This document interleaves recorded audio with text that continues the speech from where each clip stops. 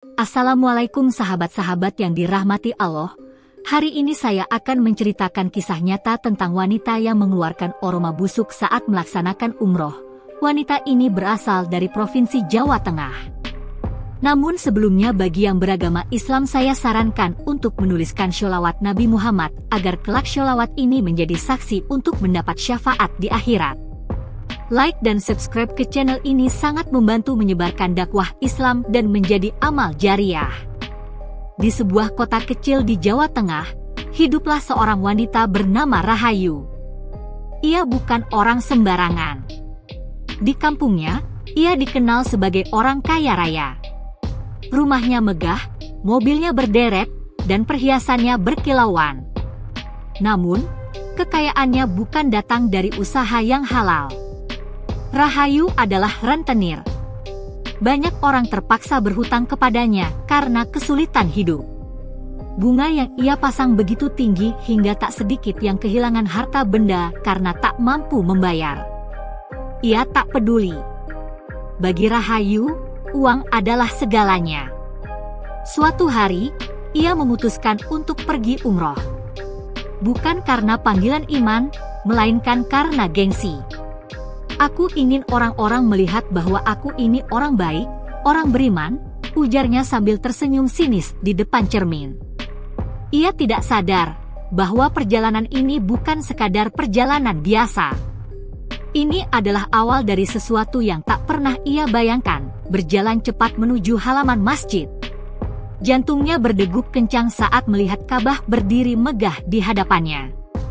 Ia mencoba mengabaikan kegelisahan yang menghantuinya sejak tadi. Namun, ketika ia mulai melangkah masuk ke dalam masjid, seseorang tiba-tiba menoleh ke arahnya. Seorang pria berjanggut dengan sorban putih mengerutkan kening.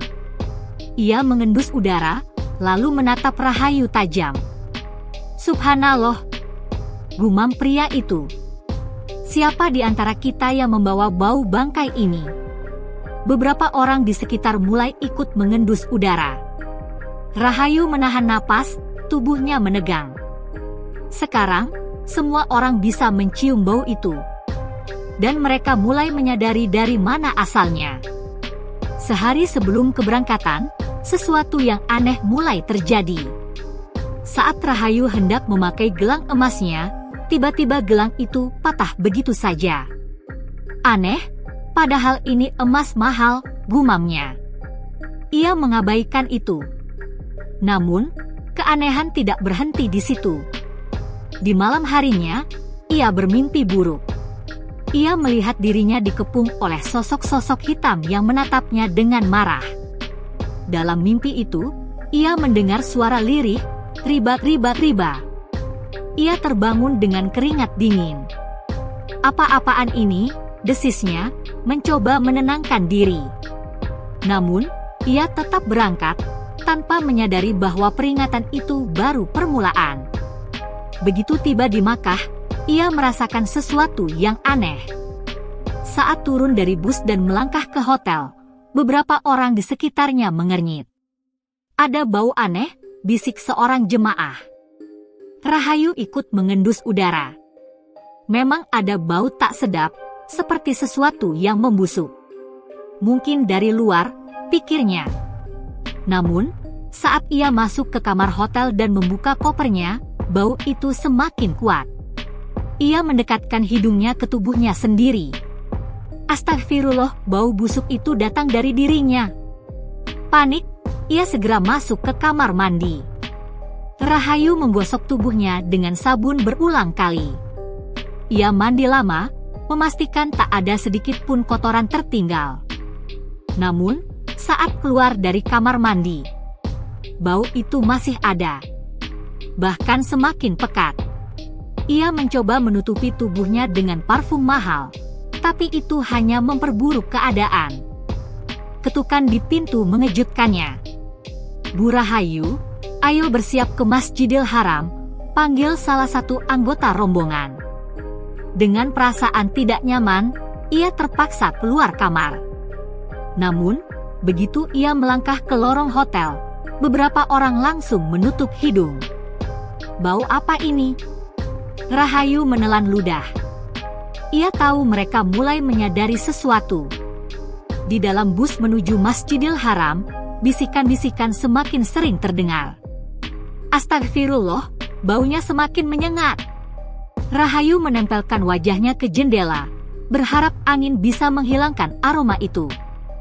Namun, seorang pria tua di dekatnya menoleh ke arah Rahayu, lalu berbisik kepada istrinya, sepertinya bau ini berasal dari dia. Darahnya berdesir. Tiba-tiba, seorang wanita tua yang duduk di belakangnya berbisik, "Mbak, coba cek diri sendiri. Mungkin ada sesuatu yang terbawa dari rumah." Rahayu hanya tersenyum kaku, lalu menunduk. Tapi di dalam hatinya, ia mulai ketakutan. Apa yang sebenarnya terjadi? Begitu tiba di Masjidil Haram, Rahayu buru-buru turun dari bus. Ia berjalan cepat menuju area tawaf. Namun, semakin ia mendekat ke Ka'bah, semakin banyak orang yang bereaksi. Beberapa jemaah mulai menutup hidung. "Ada bau bangkai," bisik seseorang. Bau ini makin kuat. Dan saat seorang wanita di dekatnya menoleh, ia tiba-tiba berteriak, "Astagfirullah. Bau ini dari perempuan itu." Semua orang menatap Rahayu. Darahnya berdesir. Ia ingin lari. Namun, sebelum ia sempat bergerak, seorang petugas masjid menghampirinya dan berkata tegas, "Silakan keluar dari area ini." Rahayu terhuyung. Ia diusir. Di depan Ka'bah, di tanah suci, tubuhnya gemetar hebat. Ini bukan kebetulan. Ini adalah azab. Rahayu terduduk di sudut masjid. Tangannya menutupi wajahnya. Aroma busuk masih menyelimuti tubuhnya, seakan menjadi penanda dosanya yang tak terlihat. Lalu, seorang wanita paruh baya duduk di dekatnya.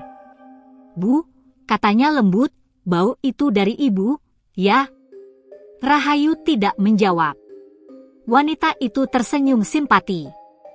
"Mungkin ini peringatan. Bertaubatlah, Bu.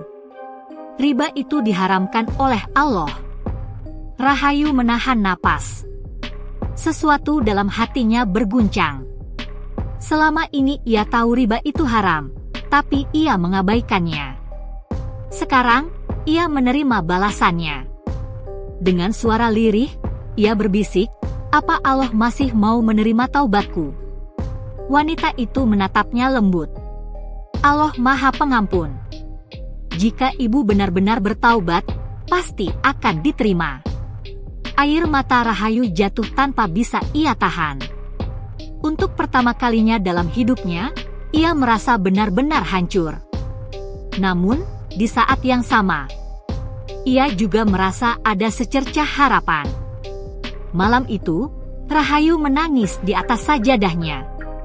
Ia berdoa, memohon ampun kepada Allah atas semua kezalimannya. Ia mengambil ponsel dan mengirim pesan kepada asistennya, memerintahkan agar semua hutang orang-orang dibebaskan. Ia tidak ingin kembali ke rumah dengan membawa uang haram. Setelah berjam-jam bersujud dan menangis, ia mengangkat wajahnya. Lalu ia menarik napas dalam-dalam dan menyadari sesuatu. Bau itu hilang. Dadanya terasa lapang. Allah telah menunjukkan kebesarannya. Dan kini, ia tahu bahwa hanya dengan taubat dan keikhlasan, seseorang bisa benar-benar terbebas. Allah berfirman, "Hai orang-orang yang beriman, bertakwalah kepada Allah dan tinggalkan sisa riba jika kamu orang-orang yang beriman." Quran Surat Al-Baqarah 278-279. Cerita ini fiksi yang dibuat agar kita bisa mengambil hikmahnya. Terima kasih telah mendengarkan kisah ini. Jika suka, jangan lupa like, komentar, dan subscribe. Semoga kita semua dijauhkan dari riba dan diberi hidayah oleh Allah. Amin.